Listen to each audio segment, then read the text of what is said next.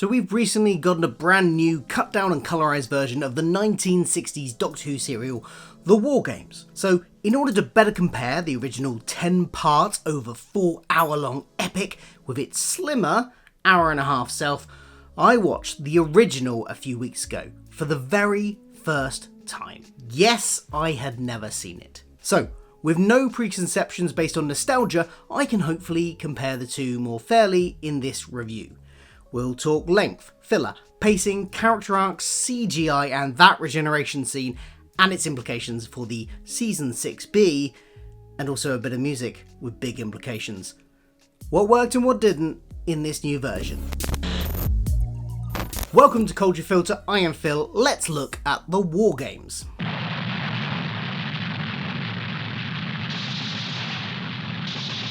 Now I have to admit, when I first hear of any classic Doctor Who serial being over 6 parts, my first thought is, yeah, there are gonna be some boring bits that drag in this. So before we get talking about the cut down, what did I think of the original version of this story? Does it have pacing issues? And did I feel that point that a cut might help? Well, yes and no. Look, it didn't drag anywhere near as much as I thought it would, and actually I'd kind of say the pacing was just as good as most of 60s 6 or even 4 part stories. Now, that's not to say though that there weren't scenes that felt that they kind of went on too long or maybe dwelled too much on particular conversations, but that is kind of par for the course for 60s Who, and there is definitely stuff that feels like it needs to be cut, but nowhere near 2.5 hours worth of it. So there's that. I'll also take this opportunity to talk about the cast because it's relevant to both versions of the story. The regulars are on fine form in this story. Zoe particularly shining. She's mature, proactive, assertive, like when she smashes the vase over the army guy's head. Great moment for her. And all round over this story, a great performance by Randy Padbury. The Doctor, too, has some great moments that highlight Troughton's character work, such as his fake switching sides, for instance, to join the War Chief, and I particularly liked his line delivery of, "Well, I'll guess you'll have to shoot me then," when threatened by the Mexican resistance fighter. Particularly liked that bit. The War Chief is an intriguing character and a strong performance, and of course has that air of mystery once we find out he's from the Doctor's race, which is very intriguing, and the way he plays it kind of emphasises that. But the real standout for me was the Warlord. The steely, controlled movements and the absolute menace in his voice conveyed through the quiet but strong matter-of-fact delivery was perfect. He was captivating to watch. So let's get on to the new colour version. The first thing I have to say about this is the colorization work itself on this is absolutely fantastic. A marked improvement on the already pretty good Dalek colorization we got last year. Everything in this looks so natural. Honestly, if I didn't know this was a colorization, I wouldn't have guessed. There was none of that slight oversaturation of colours that crept in a little bit for the Daleks. None of that here.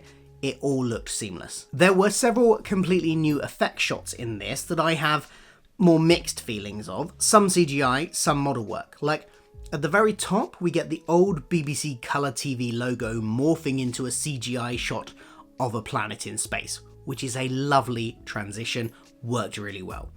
But then cutting from that CGI planet to the colorized footage, it kind of jarred a little bit. It was a bit too different. Probably the best integrated new effect shots were of the TARDIS being buffeted in space.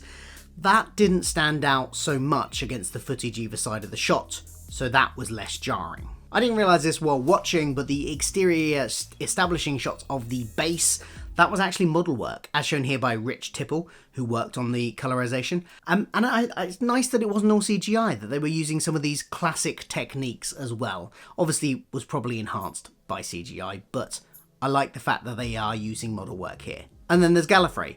Gorgeous shots in their own right, absolutely lovely, and they do, I guess, make logical sense being here, but they also, because of how they look kind of out of place visually and a little bit jarring again. Now let's talk about the music a little bit. And I don't know, I seem to be at odds with the people on social media here, because I've only seen the music mentioned in a somewhat negative light. It may just be that I haven't seen the positive talking about the music, but I've only seen the negative stuff, which I completely disagree with. I thought it was rather good. Not overbearing at all, and the tone of the pieces used worked with the scenes, which is the most important thing. There was nothing that stood out as kind of particularly out of place, like the music we had in the Daleks during the escape scene. Most of the Daleks' colorization, loved the music, but that one particular scene, the music felt really off there, and that it didn't fit with the tone of the story. Whereas here, everything fits with the tone of the story. So I think that was fine. I can understand the criticism that it is constant. I don't know if there was even a moment where there wasn't some kind of music playing. And that kind of links into something I have to say about the editing in a moment, but I didn't specifically notice it with the music, personally. Talking of not noticing though, there was apparently a couple of bits of music used that have some lore implications that I didn't even clock when I was watching it. And that's that the Master's theme from John Sims' Master from the Revival series was used underneath bits of the War Chief. I've talked more about this in a separate video, so do go watch that after this one if you've got a bit of time, but the implication is that the long-held fan theory that the War Chief might be an earlier incarnation of the Master might have something to it. I personally think it's a fun way to play with these possibilities without committing to anything, but I know there are some that have, let's just say, stronger opinions on the matter. Right, let's get to the big challenge this edit faced, taking over 4 hours of story and coming out with just an hour and a half. Did that work? I think mostly it did.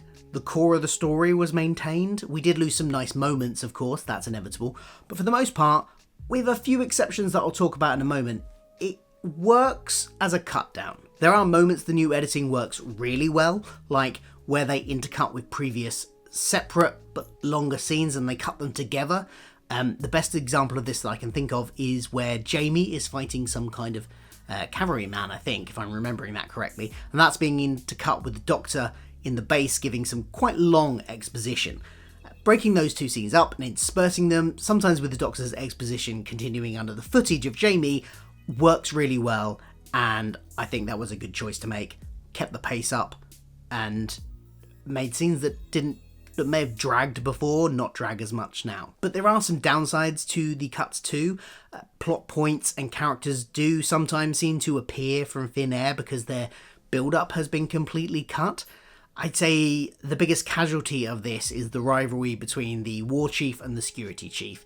In this new edit, we have the Security Chief publicly accuse the War Chief of plotting, I think almost in the Security Chief's very first scene, rather than having the build-up of the ever-increasing distrust. I mean, he always started distrusting him, but we get to see him kind of work out what the War Chief might be doing before in the original cut, and that suspicion building, and we kind of lose all of that and just jump straight to him accusing him in this version, and I feel something's lost in that. And then there's the character of the Mexican rebel leader, who now just sort of appears. His introduction is completely gone, which, I mean, surely he must leave anybody watching this who has never seen the original wondering who he is, because it's never explained. Or there's the section where the Doctor escapes with the processing unit, escapes the base with the processing unit, but is now almost immediately recapturing, whereas in the original, he was strategizing with the rebels, he was deprogramming new people. That whole section now feels very rushed because he escapes and then he's immediately captured again. There's also no room for quieter moments, which I do lament the loss of a bit. It moves from action to action at kind of breakneck pace now, which I don't mind for a lot of bits, but sometimes does get a little bit tiring. And those quieter moments where the characters really develop, especially the side characters, the rebels and like I was saying, the security chief and things. So I think this is where also it links in with people's complaints about the music, that it's kind of constant and non-stop, and there aren't any quieter moments.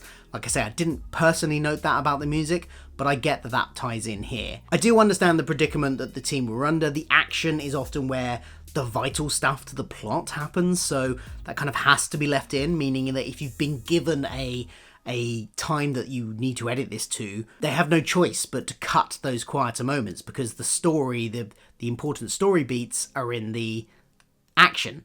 But I think the story does suffer in parts because of it. Saying all that, I still think more works than doesn't, and I really enjoyed the experience of watching it. Much like the Dalek colorization, this should never replace the original, and it doesn't. It sits alongside it as an accessible route to 1960s Doctor Who for those that might otherwise not check it out. So I think it is well worth doing this. But let's get to the other big thing being talked about, the regeneration. Before we get to the actual regeneration, we get some changes to the trial as well. Of particular note is the replacement of possible faces the Doctor is given to choose from being random drawings of sometimes quite cartoonish looking characters with some of the Doctor's actual future incarnations. The 12th, 10th, 13th and 11th Doctors are all shown, with the original audio of him saying, "Oh no, too old, too thin," etc. mostly maintained, but cutting out the too fat. This was all done clearly to get a little bit of a chuckle from the audience who know that these are going to be his future incarnations, but was it worth it? I'm unsure. I can see why they'd want to replace the original images. The line drawings always felt a bit out of place, even in the original 60s one. When you're set on this technological world, the Doctor's home world, as we know it as Gallifrey, having line drawings come up looked a bit weird. And I guess getting rid of too fat is an obvious change. For starters, none of the future incarnations of the Doctor particularly look fat, and you know, there's the sort of insulting implication of using that as well. Although you do have to wonder why too thin isn't also exercised from that, if that was their reasoning. Body shaming is body shaming, whichever way it goes. But they left too thin in. But I'm just not sure they should have used the Doctor's future regenerations. For starters, it implies the Time Lords know what he will look like in the future, including past when his 13 regenerations should be up. Plus, completely rejecting those faces was kind of the point. So if he goes to then be the faces that he eventually has, does kind of seem to change the meaning of that scene significantly. I personally would have replaced the drawings still, but maybe with just new faces unknown to us that kind of fit what the Doctor's reaction is, but still, you know, have some extras in to do that or something. Right, so the actual regeneration. In the original version, you don't see it. We see the Time Lords send the Doctor spinning into space. His face is going to kind of like moving his face around, but you don't actually see the actual transformation. Here, we get him sat on the TARDIS, regenerating in the kind of modern style, the glowing golden energy. Firstly, I don't mind them using that modern regeneration effect. I know some people do. It doesn't bother me at all. Because it's not replacing anything. We didn't see the original regeneration, so it's not taking the place of anything. It's just there because we didn't get to see it before. And that effect has stayed broadly the same for 20 years for a reason, because it works. It's a good effect, and it shows regeneration quite well. The scene as a whole stands out a bit from the rest of the footage, because it's obviously all new footage, all put together footage. But that doesn't matter too much. And I really liked the inclusion of seeing the Nestine pods falling to Earth, you know, which is going to link into Jon Pertwee's first season. The footage of Jon Pertwee itself for the regeneration part was apparently taken from footage from Inferno. Obviously cleaned up for the purposes here. I think the cleaning up made it look a little bit artificial, in the sense that some people thought it was completely AI generated. It wasn't. But I can kind of see where they were coming from there. But I think it kind of works. It does jar with the rest of the episode, but because it's right at the end, and after all that stuff, it doesn't matter as much. Now, the immediate implications of including this scene, though, are that the season 6B didn't happen. This is the theory that between his trial and actually forcing the regeneration, the Time Lords used the Second Doctor for missions. In the multi-Doctor story, The Five Doctors, he mentions working for the Time Lords, so this kind of has to be here in this gap from the second Doctor's perspective, because there's nowhere else that it would fit that he had been found by the Time Lords and would be working for them. So this kind of initially looks like it debunks that Series 6, Season 6B theory, but it does leave enough wiggle room in this version that there could be an unknown amount of time between the Doctor spinning in space and him sitting in that chair in the TARDIS regenerating. So perhaps all those missions do still take place in between in that gap. And at the end of his missions, they deposit him in his TARDIS in that chair, and that's when he regenerates. Harder to rectify is my personal previous headcanon that this is also where the gap that the fugitive Doctor fits into, and it was her that regenerated into Pertwee. But I'll live with it. I'll work out some new headcanon for where the fugitive Doctor fits, even though she's got a police box TARDIS, so I'll work it out somehow. So yeah, that's my thoughts on the new colorization. I think they had a bit of an impossible task with how much there was to cut in this, and while there are some bumpy moments because of that don't quite work because of how much stuff they had to cut, it's still an enjoyable watch, and you can't fault the technical improvements since the last one in the colorization itself. Let me know what you thought of this colorization in the comments below, and why not check out that video talking more about the War Chief possibly being the Master by clicking on screen now.